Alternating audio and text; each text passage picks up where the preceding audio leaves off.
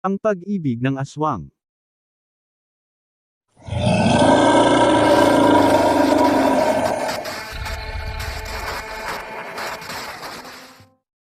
Hi, ako nga pala si Isabel.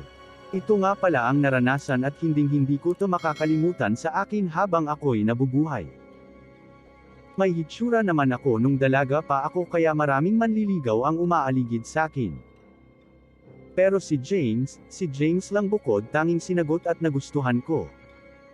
Di ko alam pero siya ang gusto ng puso ko at hinahanap-hanap ko. Ayaw ng mga magulang ko kay James pero parang wala akong pakialam sa kanila. Isang gabi, sinundo ako ni Kuya sa aking pinagtatrabahuan gamit ang kanyang motor. Nasa kalagitnaan na kami ng aming biyahe ay biglang di na ito yumandar na walan pala ng gasolina. Balak ko na sanang tawagan si James kaso baka magalit lang si Kuya. Hinarap ako ni Kuya at nagsalita. Dito ka lang muna sa Bell, bibili lang ako ng gasolina doon sa may tindahan na yon, sambit ni Kuya sakin. Agad naman itong lumapit sa tindahan at bumili habang ako ay naghihintay. Nakabiyahe na kami pa uwi, agad naman akong nagpalit ng damit pantulog at tumungo na sa kusina kung saan anden sila mama at papa pati si Kuya at ate, kumakain sila ng abutan ko. O kain na, sambit nilang lahat sakin.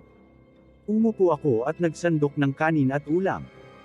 Ma, magstay na lang po ako sa aking work cake na iistorbo ko pa si Kuya para sunduin ako pakiusap ko kay mama at papa.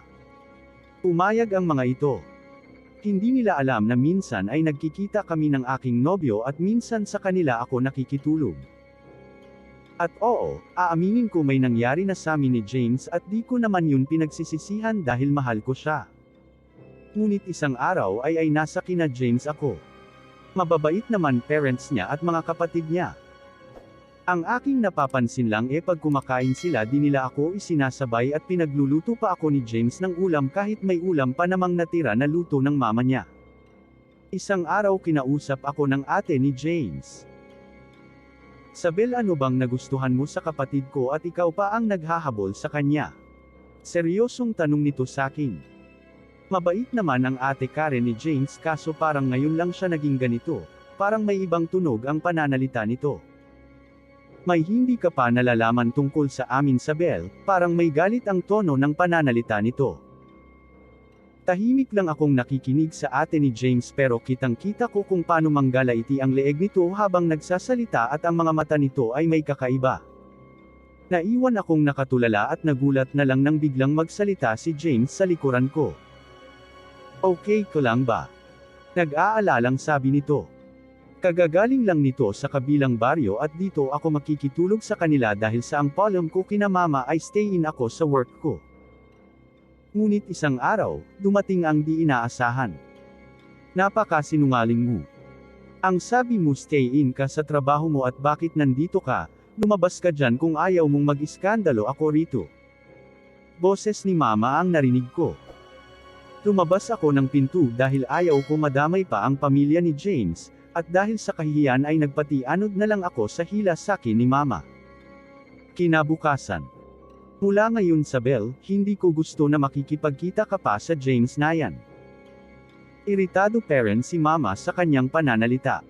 Pero ma, siya lang ang gusto ko. Sabat ko kay mama. Pero sumabat din si papa. Hindi mo alam kung anong klase ang lahi ng pamilya ni James, anak, sambit pa ni papa sakin. Napatigil ako at tumingin kay papa. Aswang ang lahi nila, at marami nang nakapagpatunay na totoo yon. Ayaw ko lang namin na mapahamak ka, mahabang paliwanag ni papa sakin at yinakap ako nila mama at papa. Makalipas ang isang buwan. Di na kami nagkita ni James, di na ako pumupunta sa kanila. Wala na kaming komunikasyon sa isa't isa.